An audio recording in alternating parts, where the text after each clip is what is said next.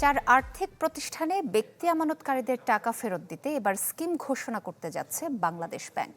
10 লাখ টাকা পর্যন্ত আমানতকারীরা পাবেন পুরো অর্থ। এর বেশি হলে ফেরত দেওয়া হবে ধাপে ধাপে। চলতি সপ্তাহে আসতে পারে এই স্কিমের ঘোষণা। মাসুম মিয়ার রিপোর্ট। বছরের পর বছর অনিয়ম লুটপাটে বিপর্যস্ত চার আর্থিক প্রতিষ্ঠানের গ্রাহকদের জন্য অবশেষে স্বস্তির উদ্যোগ নিল বাংলাদেশ ব্যাংক। শুরু হতে যাচ্ছে আমানতকারীদের টাকা ধাপে ধাপে ফেরত দেওয়ার প্রক্রিয়া। অবসায়ন প্রক্রিয়ার অংশ হিসেবে আবিবা, ফারিস্ট, এফএস ফাইন্যান্স এবং ইন্টারন্যাশনাল লিজিংয়ে প্রশাসক নিয়োগ করা হয়েছে। চূড়ান্ত করা হয়েছে আমানত ফেরত স্কিম, যা চলতি সপ্তাহে ঘোষণা করবে কেন্দ্রীয় ব্যাংক।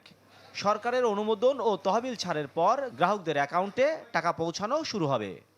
এখন আমরা একটা স্কিম তৈরি করব, যেভাবে আমরা 5 ব্যাংকের জন্য করেছিলাম একই আদলে, মানে অনুরূপ না, এটার জন্য আমরা স্কিম করব এবং সরকারের কাছ থেকে প্রয়োজনীয় অর্থ প্রাপ্তি পরেই এই স্কিমটা ডিক্লেয়ার করা হবে এবং সেই অনুযায়ী যারা আমানতকারী তাদের অর্থ পর্যায়ক্রমে ফেরত দেওয়া হবে।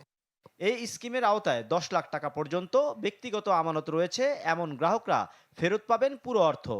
নগদ নিয়ে এলো হার না মানা হার অফার। সর্বনিম্ন 10,000 টাকা রেমিটেন্স নগদে পাঠালে থাকছে স্বর্ণের হার জেতার সুযোগ। আর 20 লাখে প্রথম ধাপে পাবে 90%, 30 লাখের আমানতকারীরা পাবেন 85% অর্থ। টাকার পরিমাণ যত বাড়বে পরিশোধের শতাংশ তত কমতে থাকবে।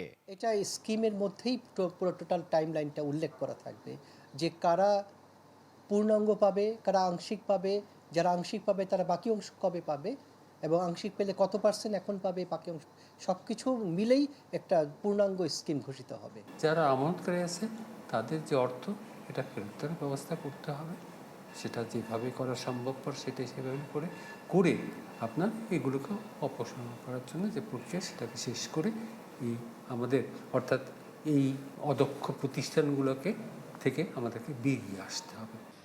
অবসায়ন প্রক্রিয়া পুরোপুরি শেষ হওয়ার পর সম্পদ বিবেচনায় অর্থ ফেরত পাবেন প্রাতিষ্ঠানিক আমানতকারীরা। মাসুম মিয়া, চ্যানেল 24, ঢাকা।